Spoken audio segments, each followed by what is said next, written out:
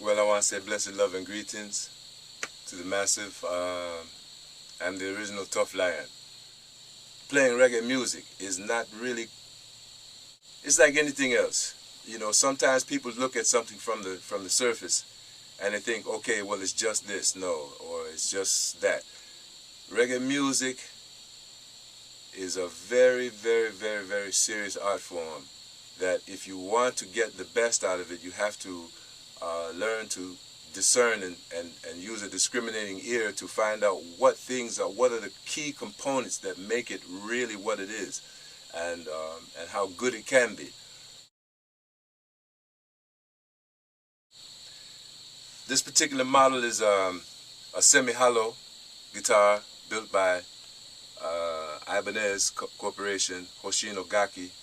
Makes for a very organic, acoustic sounding instrument that has a little more punch to it when you go to play it, especially in reggae.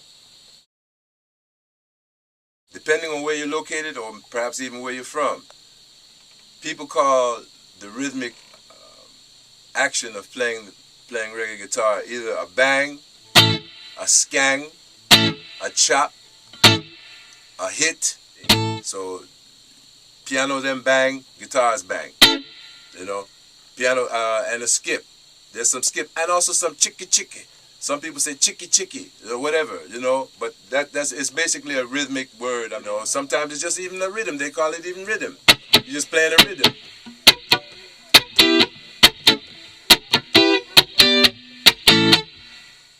Strings and tone. Strings and tone are my personal preference after all these years is humbuckings because it's two coil pickups. They have a wider range for picking up sounds.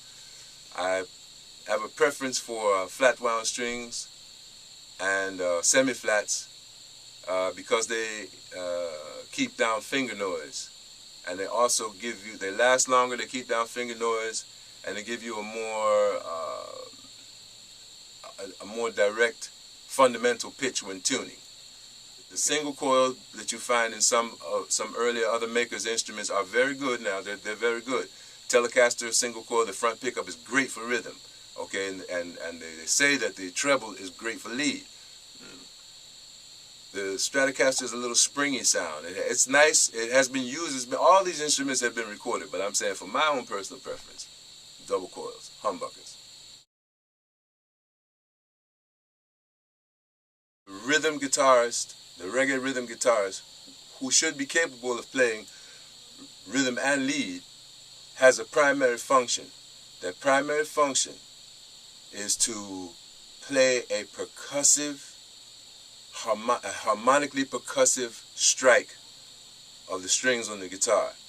Now, you've got 6 strings on the guitar, and you can get away with playing 3 or 4 sometimes, but if you've got a bar chord and like an A major bar chord and your hand is fully across, if you're laying your hand across all those strings, you should be able to play all those strings. And the way to do that, the way to be able to play all those strings successfully, is to develop a kind of a swing on your wrist or your arm that is not coming on an angle that only picks up like the D, G, B, and E string. But you swing it down in a way where you pick up all the strings from the bottom to the top, from low E to high E. That gives you a full spread, a full sonic spread. Reggae happens on the downstroke, not the upstroke. The upstroke is usually found in calypso. Reggae is downstroke, fellas, not.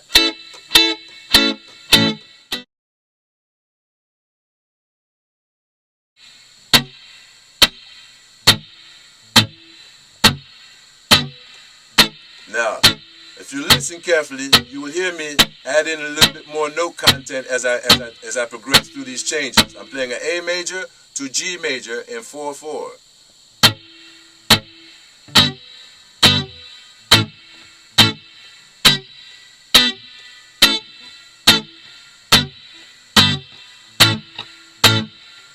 Now those varying degrees of how much content I'm releasing is through me modulating the pressure on my left hand on how long I'm going to lay on the chord, how long I'm going to actually fret the chord. There's another approach to it, is the double chop, which is a down and upstroke motion, which is chick it. This is where you get the chick it.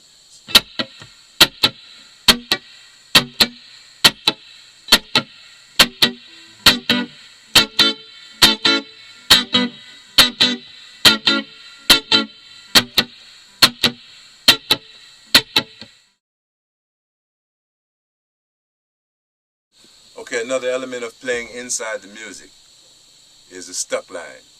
Stuck, not stick, the stuck line.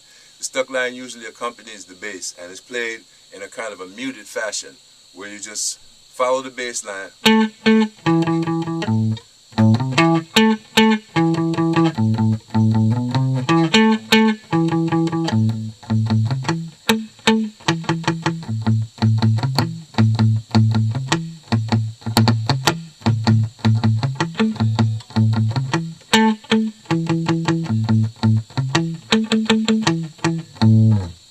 Stuck line.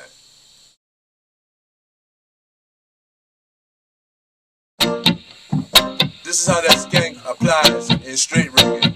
The straight, stiff, quarter note reggae.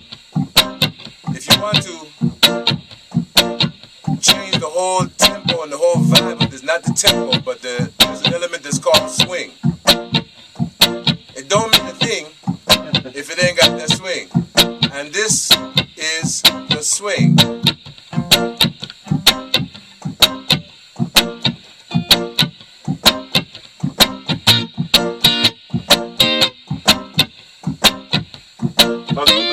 Bubble a little bit. Now what makes this happen so easily and so nice, how you can feel the shift, is how the guitar is not only bouncing with the piano hand, it's agreeing with the rhythm that is being pushed out with the left hand of the bubble hand of the organ.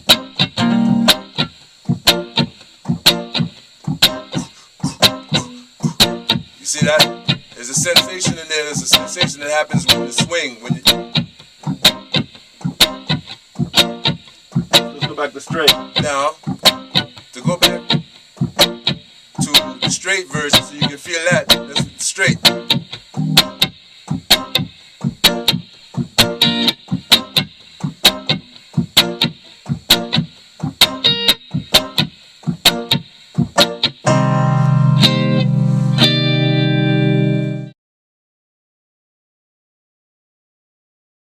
Here's where the experience becomes personal.